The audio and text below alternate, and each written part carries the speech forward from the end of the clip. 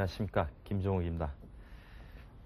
저희가 지난 시간까지 했었던 게 조선 성리학을 살펴보았었는데, 특히 지난 시간에는 조선의 정치 발달사를 어떤 그 성리학의 기본인 이기론과 관련시켜서 살펴보는 그런 시간을 가졌습니다.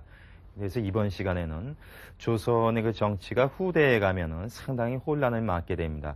이런 혼란상을 극복하기 위한 일종의 어떤 자기갱신의 노력에서 나오는 게 실학사상인데, 그래서 이번 시간에는 실학사상에 관해서 살펴보는 시간을 갖겠습니다.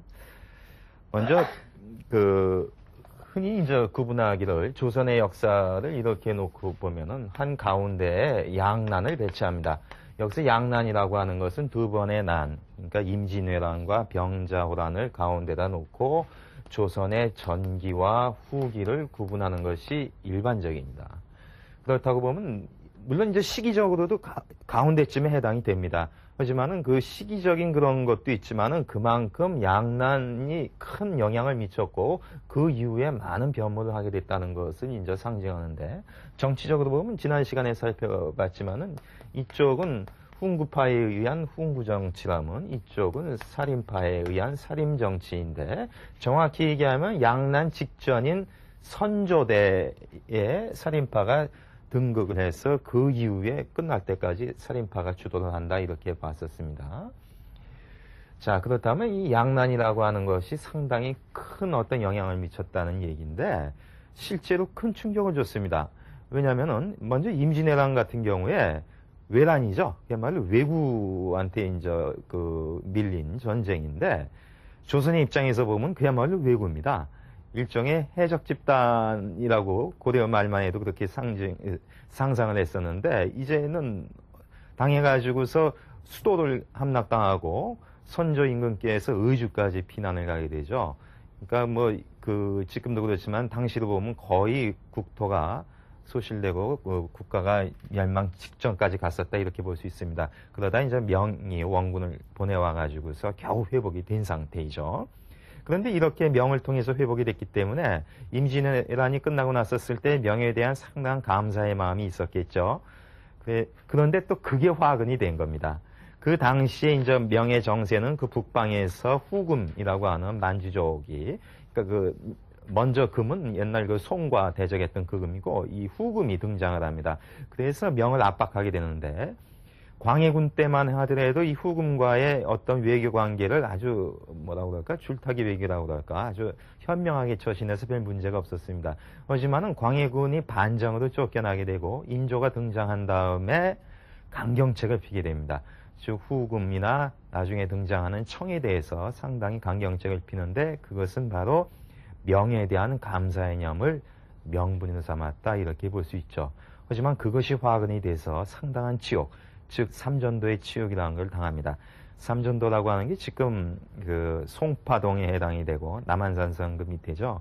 거기에 인조가 가서 청의 황제한테 그 무릎을 꿇고서 군신의 예를 갖다가 갖춘 그런 치욕의 역사라고 볼 수 있습니다. 자, 보세요. 그런데 그 청이라고 하는 것은 우리가 명과 거의 그 같은 세계관 입장에서 봤었기 때문에 청이라고 하는 것은 하나의 오랑캐 집단에 불과합니다. 그런데 그 오랑캐한테 여지없이 당한 거 아니겠어요? 그러니까 그 자존심이라고 하는 상처는 말도 못하겠죠. 이런 큰 혼란, 두 번에 걸친 전국토가 유린당하는 두 번에 걸친 전쟁 때문에 상당한 혼란이 왔었고, 이 혼란이라고 하는 것은 결국은 정치적으로 보면 조선의 이념이라고 할 수 있는 주자학 자체도 상당한 동요를 맞을 수밖에 없었다는 분위기로 가게 됩니다. 그럼 이런 동요가 왔었을 때 그 대응하는 방식은 두 가지입니다. 주자학의 동요를 극복하기 위해서 주자학 자체를 갖다가 더 깊이 파고 들어가서 주자학을 강화시키는 길이 있을 겁니다. 또 하나는 도대체 이 지경까지 된 걸 봤었을 때 주자학 가지고는 안 되지 않을까 하는 이런 생각이 또 싹 들겠죠. 이런 어떤 주자학 비판의 입장, 그것은 주자학을 해체해 나가는 그런 노선이라고 볼 수 있습니다. 이렇게 상반되는 두 가지 노선이 양난 이후에 조선 후기의 사상사를 지배한다 이렇게 볼 수 있습니다. 하지만 집권당, 즉 정확히 얘기하면은 서인 중에서도 노론계통의 집권당은 이 강화의 길을 간다고 볼 수 있습니다. 그래서 그 강화의 어떤 방식은 지난 시간에 설명을 했었죠.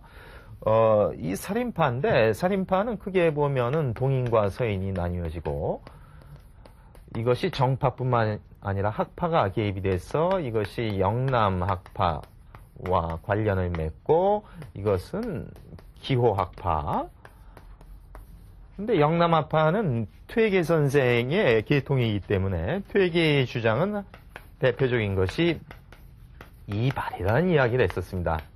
이 스스로가 자발적으로 발동한다고 하는 적극성을 부여했었는데 그만큼 어떤 도덕적 통제에 대한 염이 컸었다 이렇게 볼 수 있겠죠. 여기서 나오는 것이 리를 갖다가 절대화시켜 갔었습니다. 근데 이런 절대적 리라고 하는 도덕적 잣대에 맞춰 가지고서 후흥구파를 제압할 수가 있었죠. 여기서 나오는 것이 리의 절대화를 통해서 후흥구파를 갖다가 제압했고 그래서 동인 중심의 살인파가 살인정치의 길을 열었었다는 이야기를 했었습니다. 하지만은 그 임진왜란이 나고 어떤 국가가 흔들렸었을 때 결국에는 이념이라고 할 수 있는 리 자체도 흔들린다고 볼 수 있습니다. 이럴 때 이 절대적 리를 어떤 혼란 속에서 막을 수 있는 길은 기국이라고 했었죠. 율곡 선생의 기국이라고 하는 것은 이라고 하는 것은 어차피 기라고 하는 현실에 국한 제한돼서 드러날 수밖에 없고 이 자체는 현실에 개입되지 않고 초월적으로 밀려 올라간다 이렇게 보는 것입니다. 이런 식으로 기국이죠. 기국이 상징하는 것이라고 하는 것은 어떤 현실의 제한성인데 이것을 통해서 리가 초월적으로 밀려 올라갔다는 얘기입니다. 그러니까 현실은 상당한 그 혼란과 난세에 처했지만은 그 책임을 이에 묻지 않게끔 올려보냈다고 볼 수 있습니다. 그러므로 해서 이가 상징하는 조선의 통치 이념을 갖다가 수호할 수가 있었습니다. 그리고서는 현실에 대해서 철저하게 수당 방법을 가리지 않고 리 자체를 더욱더 절대화시키는 길을 갔었습니다. 이러므로 해서 나오는 것은 결국 기득권의 수호였었고 이것은 지난 시간에 벌렬정치 어떤 매파가 계속해서 정권을 잡는 벌렬정치 또는 세도 가문이 잡는 세도정치라는 폐단을 낳는 길로 갔었다는 이런 이야기를 했었습니다. 이런 과정 속에서 혼란에 대해서 제도적 개혁은 눈은 감고서 오직 기득권을 강화시키는 쪽으로 갔습니다. 그랬었을 때 반대쪽에서 보면은 어떻게 제도의 개혁 없이 근본적으로 이 상황을 돌파할 수 있을까? 이런 의문을 갖게 되겠죠. 이런 불만 속에서 나오는 것이 바로 실학파라고 볼 수 있습니다.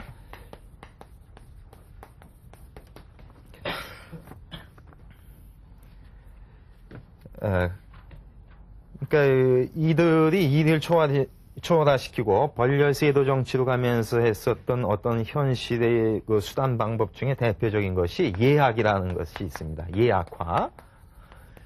즉, 이 일을 갖다가 예를 통해서 절대화를 시키게 되는데 그야말로 현실의 예법 속에다가 그 일을 갖다 집어넣어서 강요를 하는 건데 상당히 재미있고 어떻게 보면은 그게 논쟁이 될까 하는 그런 겁니다. 예를 들면은 그 대비의 어떤 상을 당했었을 때 대비의 어떤 상복 기간을 갖다가 1년으로 할 것이냐, 3년으로 할 것이냐, 아니면 9개월로 할 것이냐, 1년으로 할 것이냐 가지고 싸웠습니다. 이게 싸움이 되겠어요? 하지만은 이 일을 예화화 시켰을 때는 큰 문제라고 볼 수 있었죠. 그리고 이런 식으로 했었을 때 입장의 차이가 있었을 때는 사문난적이라는 식으로 몰고 가서 철저하게 2단위로 해서 배척을 시켰다고 볼 수 있습니다.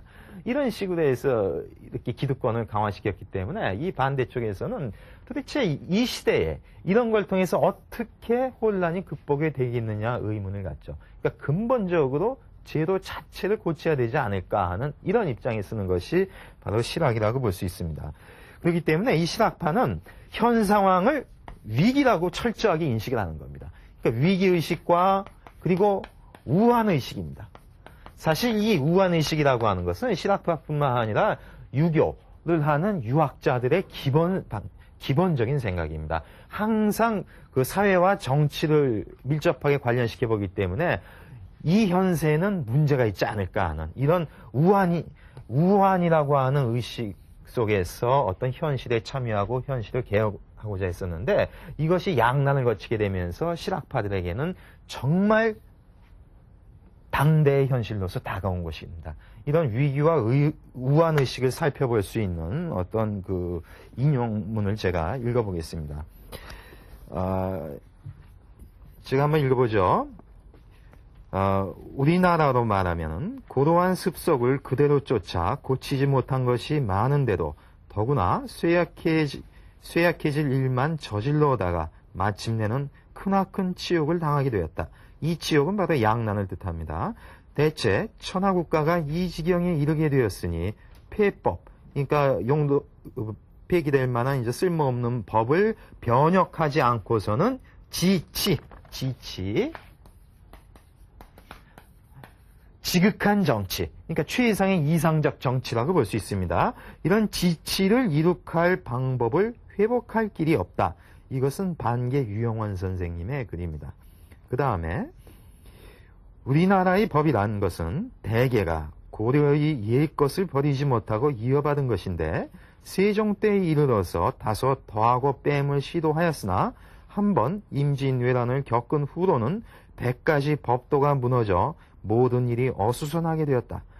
터럭 한 끝에 이르기까지 병들지 않은 것이 없으니 지금이라도 개혁하지 않는다면 반드시 나라를 망치고 말 것이다. 이것은 유명한 다산 정약용 선생의 글입니다.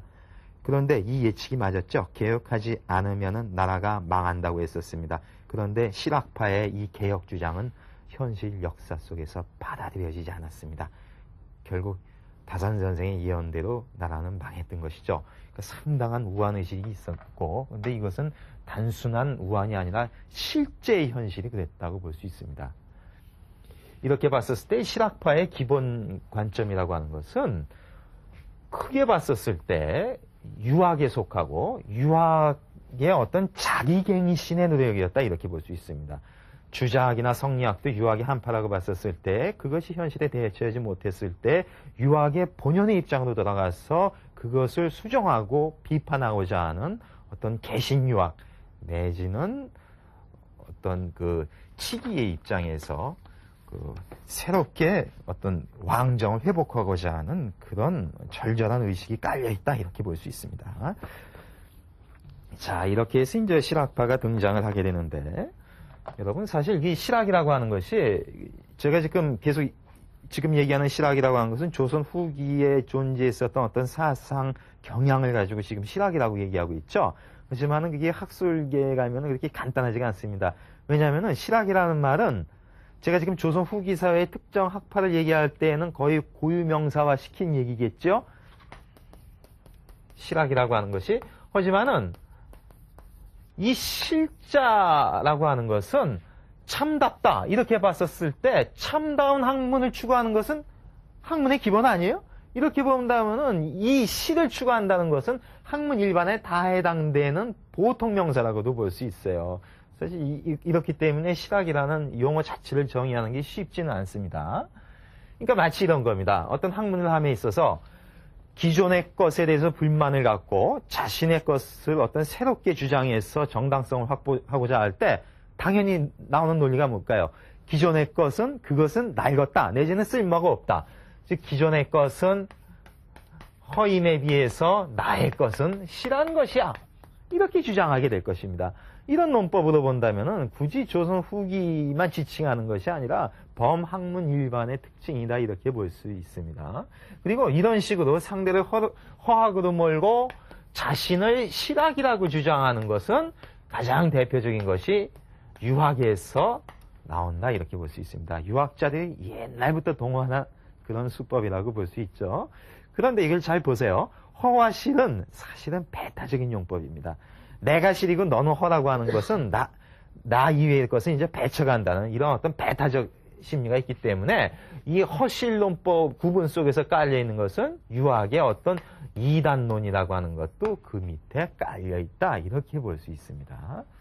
자, 이 정도로 얘기하고 한번 그 실자 자체를 한번 규정해 보기로 하겠습니다. 실학이라고 했었을 때 실이 무슨 뜻이냐? 한 크게 봤었을 때 두 가지 뜻으로 이야기할 수가 있는데 먼저 이때의 실은 진실의 뜻이 있습니다. 우리가 진실되다고 했었을 때 그 실의 뜻이 있어요. 진실은 한번 그대로 해석을 해보면 진정으로 실제하는 이죠. 진실. 진정으로 실제하는 어떤 원리를 뜻합니다. 이것이 유학일 경우에는 뭘까요?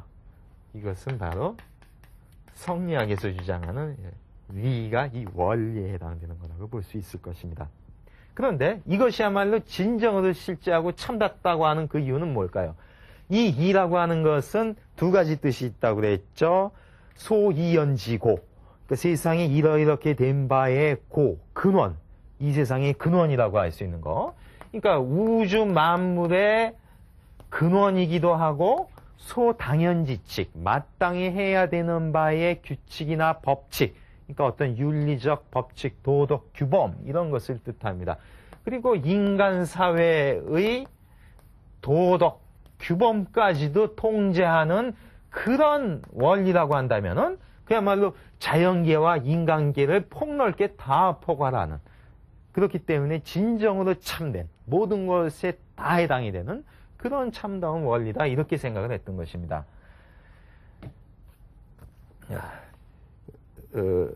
그렇기 때문에 이것은 한마디로 이렇게 보죠.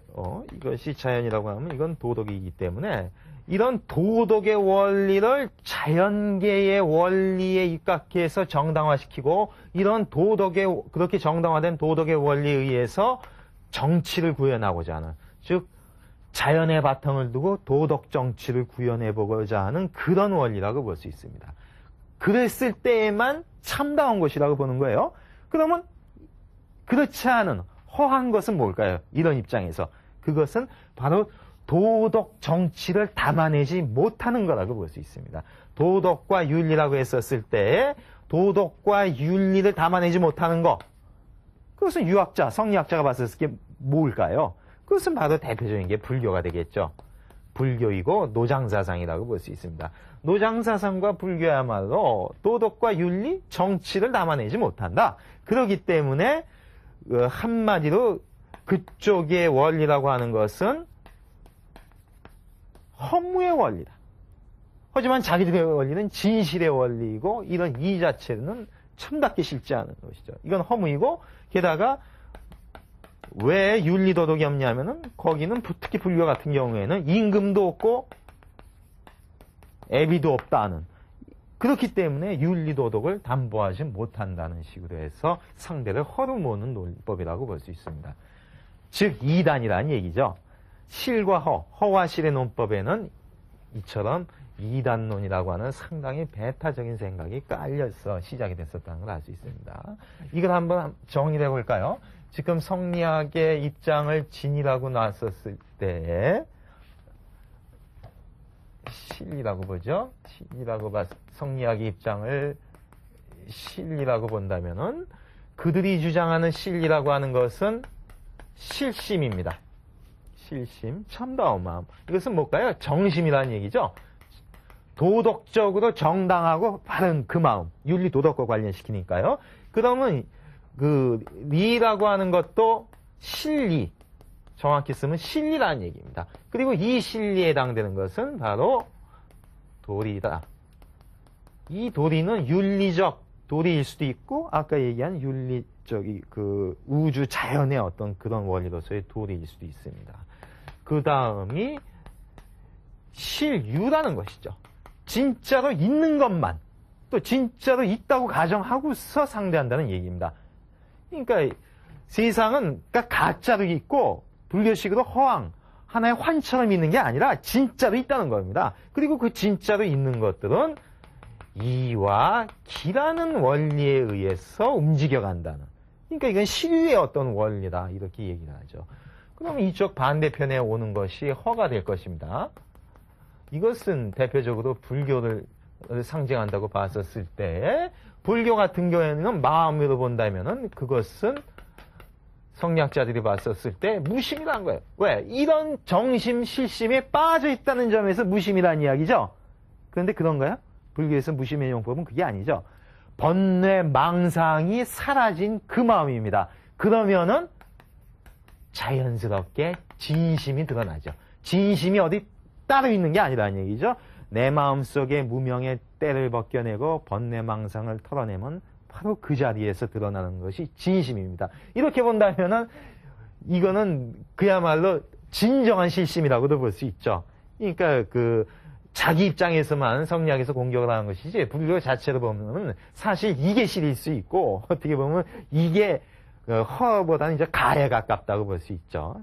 진실되지 못한 거라고. 근데 또 이렇게 공격합니다. 이 실리의 입장에서 본다면은 니들만 맞다나 공리야.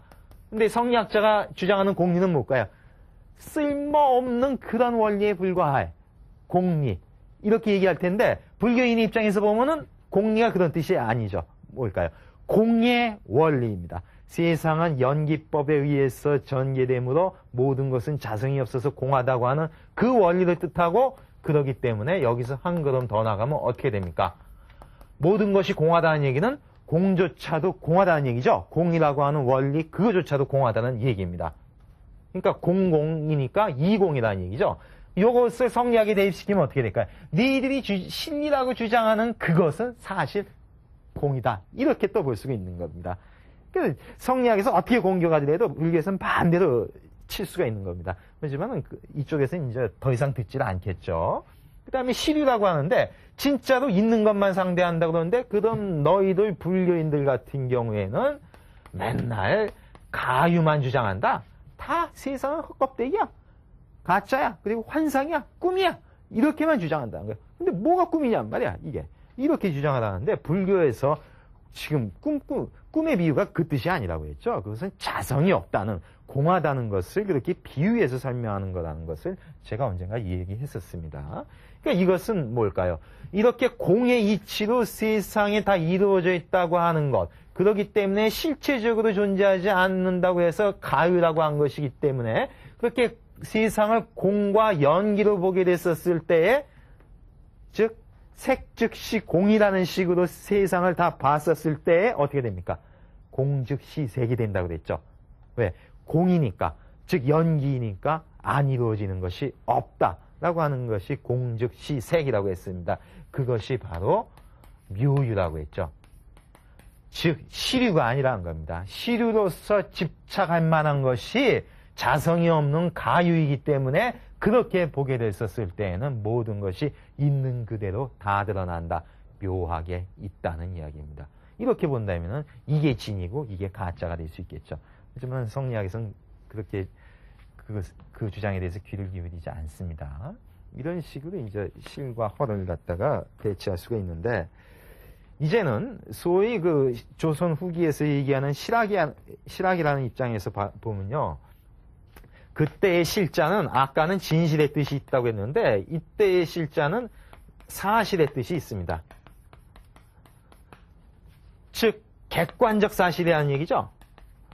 객관적 사실이고 구체적 현실이라는 얘기입니다. 그러니까 이것도 유학의 주장이기 때문에 그래 하나의 유학으로서 성리학의 주장 근데 그것도 일면 일리가 있지. 하지만은 이렇게 실심을 강조하다 보면 이것은 내면의 문제 아니에요. 마음의 문제가 되니까 이런 내면에만 빠지면 어떻게 객관적 사실 세계는 나올 수가 있느냐. 즉 실심이라고 했었을 때 사실이 부족할 수 있다. 이렇게 비판할 수가 있겠죠. 이런 입장에서 쓰게 됩니다. 그리고 이렇게 실리라고 하지만은 이런 이 자체에만 너무 빠지게 되다 보면은 그 이가 구체적 현실에서 어떤 모습을 띠고 드러날 것인가. 그리고 이것이 제도 개혁과 어떤 기술의 발달이라고 하는 이런 구체적 현실과 밀접하게 관련시켜서 어떻게 드러날 것인가에 대해서는 이쪽에서는 제대로 보지 못하고 있구나. 이렇게 비판하게 됩니다. 그러니까 진실로서의 그 실을 사실로서의 실이라는 입장에서 비판하고 들어간다는 이야기겠죠. 이렇게 봤었을 때 이쪽에도 자기들도 실이라고 주장하죠. 이것이 조선 후기와 명청대에 존재했었던 하나의 학파로서의 실학이라고 볼 수 있습니다. 그들이 주장하는 실자라고 하는 것은 그 실은 실사가 되죠. 즉 사실, 실사 그것입니다. 그래서 이들의 목표가 실사굿이다.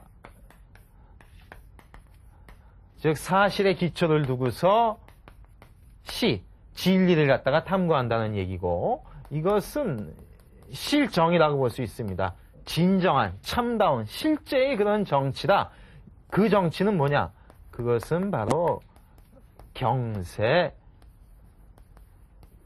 치용이라는 이야기입니다.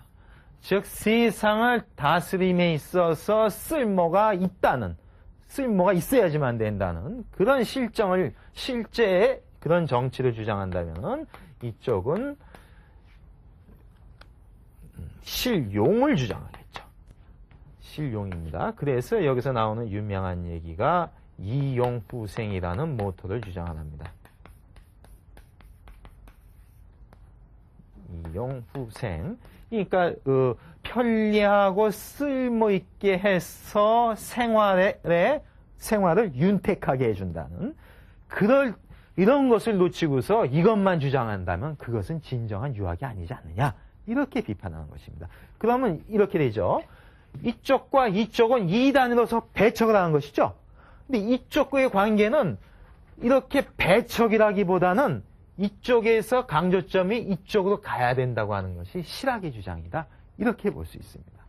이렇게 보신다면요, 아까 제가 모두에 설명드렸던 실학이라는 용어 자체가 애매하다고 그랬는데 이렇게 정리가 됩니다. 실학은 두 가지가 존재한다는 얘기입니다. 용법상으로 봤었을 때에 하나는 뭐냐면은 성리학으로서의 실학이 있다는 거죠. 그게 여기서 얘기하는 이런 실학입니다. 즉 실심, 실리, 시류를 바탕에 두고서 도덕 정치를 구현해보자 했는데, 사실은 이런 어떻게 보면 이론적 차원의 강조점이 가 있는 그런, 하지만 그들도 실학이라고 하는 이유는 불교를 허로 돌리고 나왔기 때문에 실학이라고 부를 수 있다는, 성리학으로서의 실학이라고 이렇게 부를 수 있고, 두 번째는 그렇게 나온 성리학이 문제가 있으니까 성리학을 비판하는 성리학 비판으로서의 실학이 또 있다는 이야기입니다. 또 한 단계가 나아간다는 이런 이야기가 되겠죠. 이것이 바로 실제 역사에 있었던 중국에서 보면 명청대에 해당하는 그 실학이고, 조선에서는 조선 후기 사상에 등장하는 그런 실학이라고 볼 수 있습니다. 이런 두 가지 용법이 혼재하기 때문에 다소 애매한 게 있긴 하지만은 이번 시간에 얘기하는 것은 이렇게 구체적으로 존재했었던 조선 후기의 실학에 대해서 이야기를 할 것입니다. 자, 그러면은 조선 후기 실학에서 얘기하는 것은 실사구시, 경세치용, 이용후생 세 가지를 모토로 삼아서 진행된다.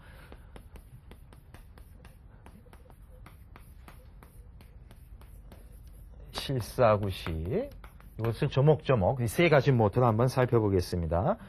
즉 사실에 이르러서 진리와 참됨을 구하겠다는 그런 이야기가 되죠. 이것은 그 원래 용법대로 하면은 여기에 나옵니다. 원래 용법대로 하면은 한서라는 책에 이렇게 나옵니다. 수학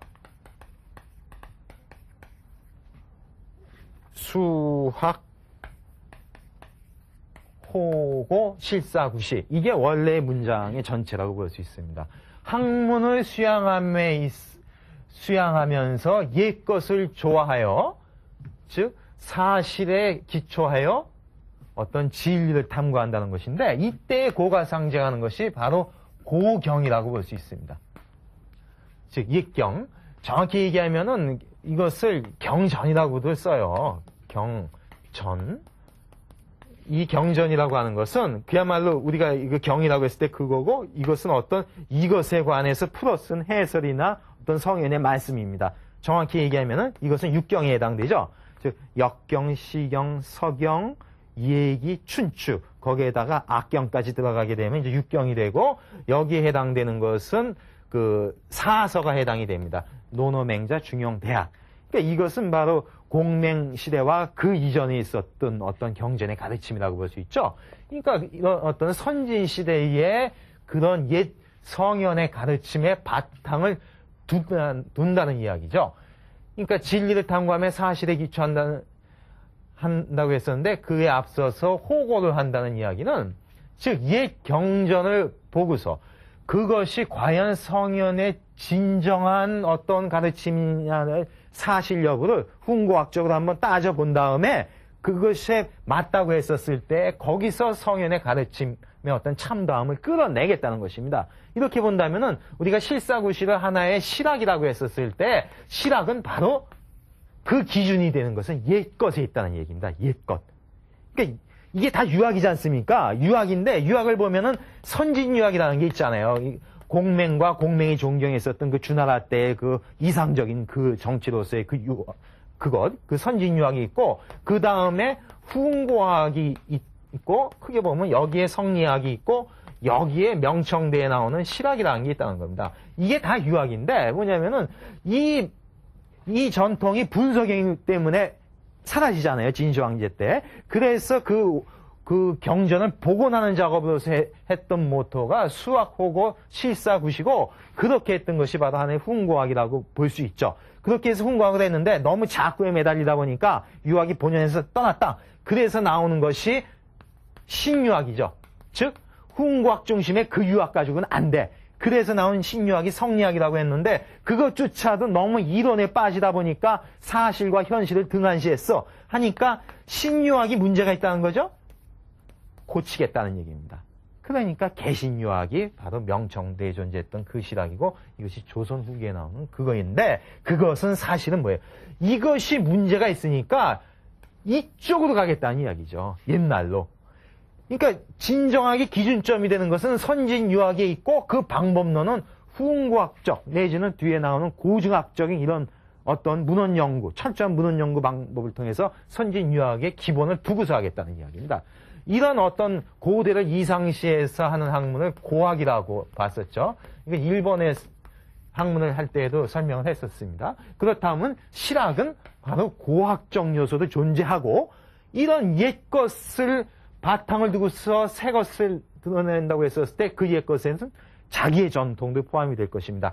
그렇다고 보게 되면은 자기 전통에 대한 탐구인 국학의 요소도 실학은 존재한다. 이렇게 볼 수가 있습니다. 그리고 그것을 통해서 만약에 이것만 가지고 한다면 그야말로 옛날 훈고학하고 다를 바가 없죠. 옛것만 따진다면. 하지만 그게 아니잖아요. 개혁이죠, 개혁. 이것을 가지고서 개혁하자는 겁니다.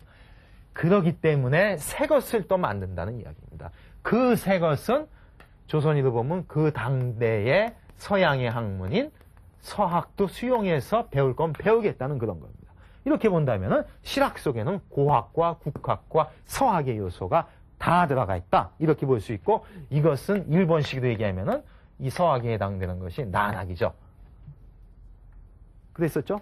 그렇다면 일본에는 이게 하나하나씩 분파돼서 했었잖아요. 일본 그 근대서상의 특징이. 그런데 조선 실학의 특징은 뭡니까? 실학이라는 이름 하에서 세 가지를 다 겸비했었다는 겁니다. 어떻게 보면 이건 장단점이 공유됩니다. 장점은 뭘까요? 더 압축적이고 더 심도 있게 했었다는 것이라도 볼 수 있고 그렇기 때문에 조선의 실학이 동양삼국 중에서 가장 심오하다고 저희가 주장하는 게 아니라 일본인 학자와 중국인 학자가 다 인정을 합니다.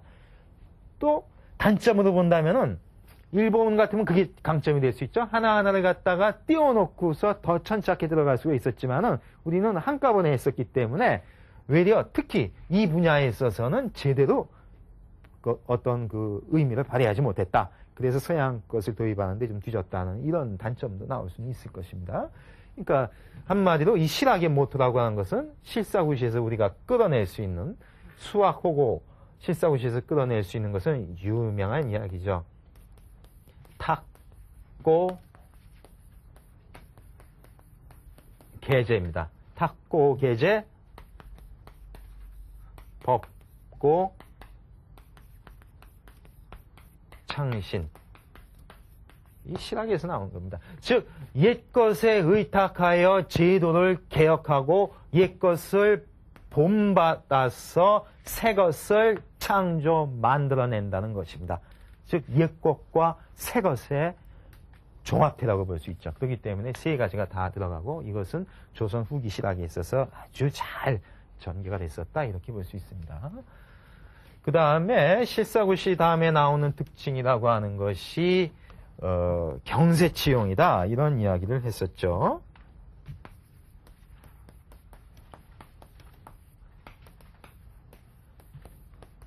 즉 세상을 다스림에 있어서는 통치에 쓸모가 있어야 된다. 그러니까 그 세상을 다스리는데 어떤 쓸모가 있어야 된다. 제가 이거 잘못됐죠? 여러분도 아마 치용했었을 때 이것을 경우가 있을 텐데 이겁니다. 그러니까 이 쓸모가 이거 도달한다는 이야기죠. 그러니까 쓸모가 있다는 그 이야기입니다. 아까 그 통치는 제가 잘못 쓴 겁니다. 경세치용이 맞습니다. 그러니까 그 통치를 할 때 통치에 쓸모 있게 어떤 제도를 개혁하자는 겁니다. 그래서 이쪽의 주장은 주로 제도의 개혁을 강조하는 그런 주장이 되게 됩니다. 그래서 그 제도를 개혁하게 되는데, 그리고 이건 통치죠. 통치에 알맞게 제도를 개혁하자는 건데, 이때의 실학자들이 이상시했었던 정치는 어디까지나 왕정이라고 볼 수 있습니다. 그런데 이 왕정은 아까 얘기했지만은 이상적인 것은 고대에 있다고 그랬죠. 고대 중국의 그 왕정을 뜻합니다. 그런 고대 중국의 왕정을 제도 개혁을 통해서 현실화시켜 보자는 것이고, 그리고 후기 조선에서 제도 개혁 중에서 가장 핵심적인 것이 바로 토지 개혁이었습니다. 즉 전제 개혁이었죠. 이 토지 개혁은, 그리고 이 전제 개혁을 했었을 때 이상시대든 그것도 고대에 있었습니다. 그 고대에 있었던 그 제도를 갖다가 정전제라고 그러죠. 정전제. 정전제는 여기에 담겨 있습니다. 이 글자예요. 그러니까 어떤 그 땅이 이렇게 있다면은 여기다 정자를 한번 이렇게 써보세요. 그러면은 구등분이 되죠.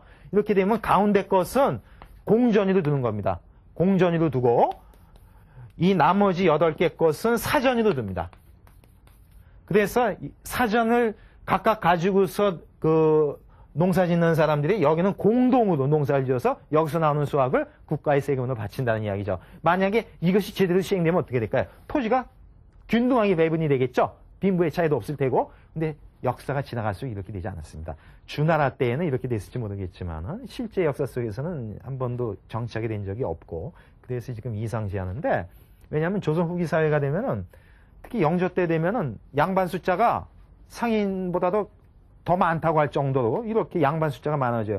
그러다 보니까 토지 겸병, 즉 토지가 집중적으로 그 몇 사람이 소유하게 되는 토지 겸병이 많아지고, 그렇게 되다 보면 농민들은 소작인으로 전락할 수밖에 없죠.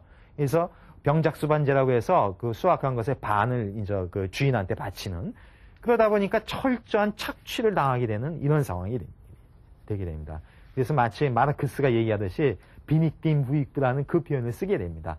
이런 상태에서는. 그렇기 때문에 이제 그것을 극복하는 길은 바로 정전제밖에 없다. 왜? 이렇게 되면 토지가 균등 배분이 되고, 특히 농사 짓는 사람이 토지를 직접 소유하게 되지 않겠느냐. 이렇게 되다 보면 결국 농업 생산성도 증가해서 빈부격차가 해소가 되고, 또 국가의 재정도 확충되니까 여기서 얘기한 강력한 왕정을 필 밑거름이 된다는 겁니다. 그렇기 때문에 전제야말로 모든 제도개혁의 밑바탕이 된다. 이렇게 주장을 했었습니다. 토지개혁이죠. 하지만은 한 번도 현실에서는 받아들여진 적이 없습니다. 그야말로 그 기라성 같은 그 실학자들의 오직 서가 속에서만 존재했었던 그런 이야기지, 현실 정치 속에서는 한 번도 수용이 돼본 적이 없습니다. 그것이 아쉬움인데, 그 다음이 이제 이용우생이 되죠.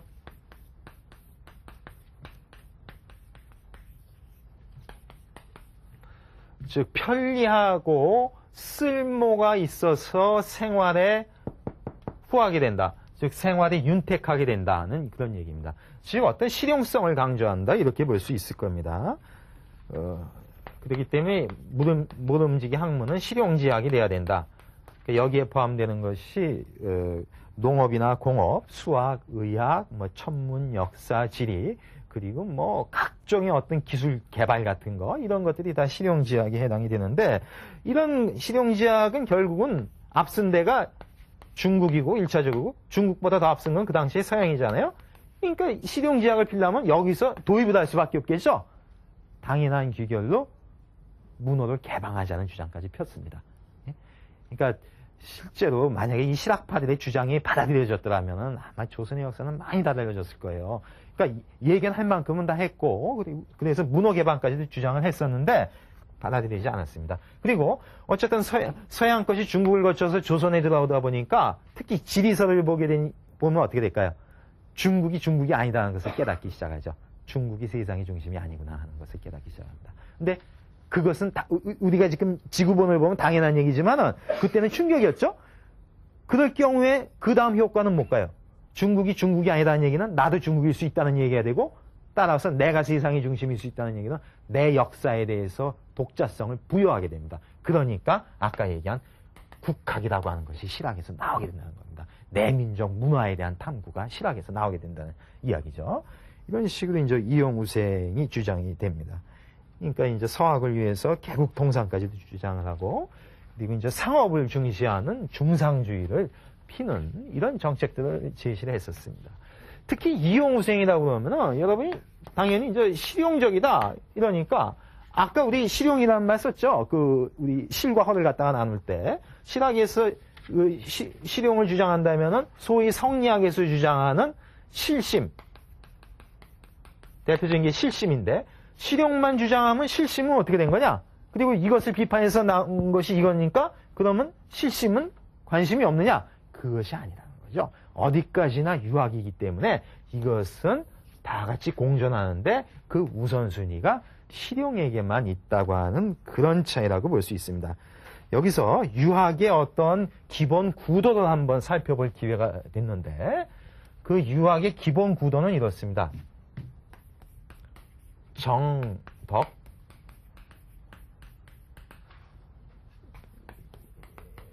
이용,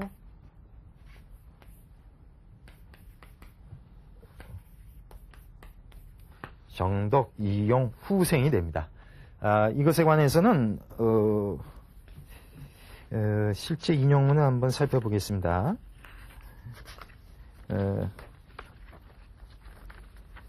이것은 서경에 나오는 건데 벌써 여기서도 아시죠? 아까 제가 육경 얘기했죠? 그러니까 그 어떤 모범이 되는 것은 고대 육경에 있습니다. 서경에 이렇게 나옵니다.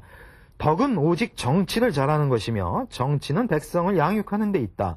물, 불, 쇠, 나무, 흙 이게 이제 오행이 될 텐데 이런 5가지와 곡식을 오로지 다스리고 정덕, 이용, 후생을 조화롭게 하는 데 있다. 이게 바로 뭐예요? 이게 유학의 기본이에요. 이게 유학의 기본인데 그런데 이것을 조화롭게 함에 있어서 우선순위가 달라질 수 있다는 겁니다. 우선순위가. 그럼 정덕이라고 하는 것은 덕을 바르게 한다는 이야기죠. 그러니까 이것은 여기에 해당되는 것이 바로 실심이라고 볼 수 있죠. 마음을 바르게 하는 것. 정심이 정덕이라고 볼 수가 있으니까. 그 다음에 이것은 숙이라고 볼 수 있습니다. 나를 수양하는 것이고 그 다음에 이용후생이라고 하는 것은 이것이야말로 아까 이야기한 실학에서 얘기하는 실용이 된다면은 이것은 치인에 해당되는 거라고 볼 수 있죠. 이렇게 본다면은 이것을 A라고 놓고 이쪽을 B라고 놓는다면은 그 우선순위에 있어서 차이가 있다는 겁니다. 다시 성리학과 실학의 문제로 돌아갔었을 때 성리학이 주장하는 것은 바로 이겁니다.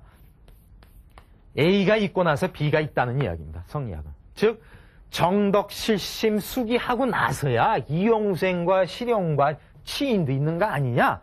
그러니까 이쪽에 강조점이 있다는 이야기가 되는 것이죠. 그리고 A만 잘하게 되면은 B는 저절로 이루어지게 될 것이다 하는 생각까지도 읽어낼 수 있습니다. 즉 정덕, 실심, 숙이만 잘하면은 이용후생, 실용, 치인도 잘 풀려나갈 것이다 하는 이런 생각이죠. 강조점이 이쪽에 있는 것이라는 걸 알 수가 있습니다. 하지만은 실학은 그렇게 보지 않습니다.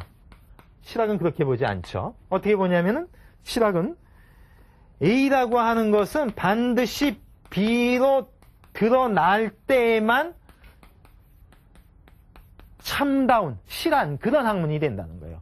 A가 A로 머물러 있는 것이 아니라 항상 B를 통해서 드러날 때에만 진정한 유학이 된다는 이야기입니다. 뭘까요? 정덕, 실심, 숙이 좋지만은 이용후생과 실용과 치인으로서 드러나지 않는다면 이것은 의미가 없다 하는 이런 차원이 바로 실학의 입장이라고 볼 수 있습니다. 그리고 또 뭐냐면은 A는 B를 위해서만 의미가 있다는 겁니다. 정덕, 실심, 숙이라고 하는 것은 이용후생, 실용, 치인을 위해서만 그 의미가 있는 것이다. 이렇게 보는 겁니다. 강조점이 이쪽에 가 있다고 볼 수 있습니다. 하지만은 강조점의 차이일 뿐이지 어느 하나를 강조한다고 해서 상대방 반대의 것을 포기하는 것은 아니라는 것이죠. 왜? 범유학이죠. 다 유학이지 않습니까? 다 유학입니다. 유학에 있어서의 강조점만의 차이인데 시대 흐름으로 봤었을 때 현 단계의 문제점을 극복해서 진정한 유학으로 가기 위해서는 이런 입장이 서야 된다고 하는 것이 바로 실학파의 주장이었다고 볼 수 있고, 이것은 지나놓고 바라보는 거지만은 현상에 대한 냉철한 분석이었다고 볼 수 있습니다. 이렇게 본다면은 유학 내부에서 진행된 자기 갱신의 노력이 바로 실학이라고 봤는데, 아쉬운 것은 이것이 받아들여지지 않고 아까 주자학이 동요했었을 때에 주자학을 강화시키는 길과 주자학을 비판하는 길이 있었다고 그랬죠. 그런데 조선 후기의 역사는 그 강화의 길이 비판의 길을 압도한 그런 역사로 진행이 됐고, 그렇기 때문에 이 실학파의 현실 개혁의 주장은 현실 정치 속에서 단 한 번도 시행이 된 적이 없습니다. 이것이 무엇을 의미할까요? 실학파라고 하는 것은 유학 자기 내부의 갱신의 노력인데, 자기 스스로의 갱신이 받아들이지 않았을 때에는 그 다음 순서는 뭘까요? 그것은 타자에 의해서 강제로 뜯어 고쳐지는 수밖에 없습니다. 그것이 바로 뭘까요? 결국에는 그것은 한일 합방으로 마감되는 길을 예정돼 있었다라고 하는 것이 실학의 실패가 보여준다고 볼 수 있습니다. 자, 오늘은 이 정도로 하고 다음 시간에는 어떤 실학파를 좀 철학적인 차원에서 좀 깊이 있게 설명해보는 시간을 갖겠습니다. 예, 오늘은 여기까지 하겠습니다. 감사합니다.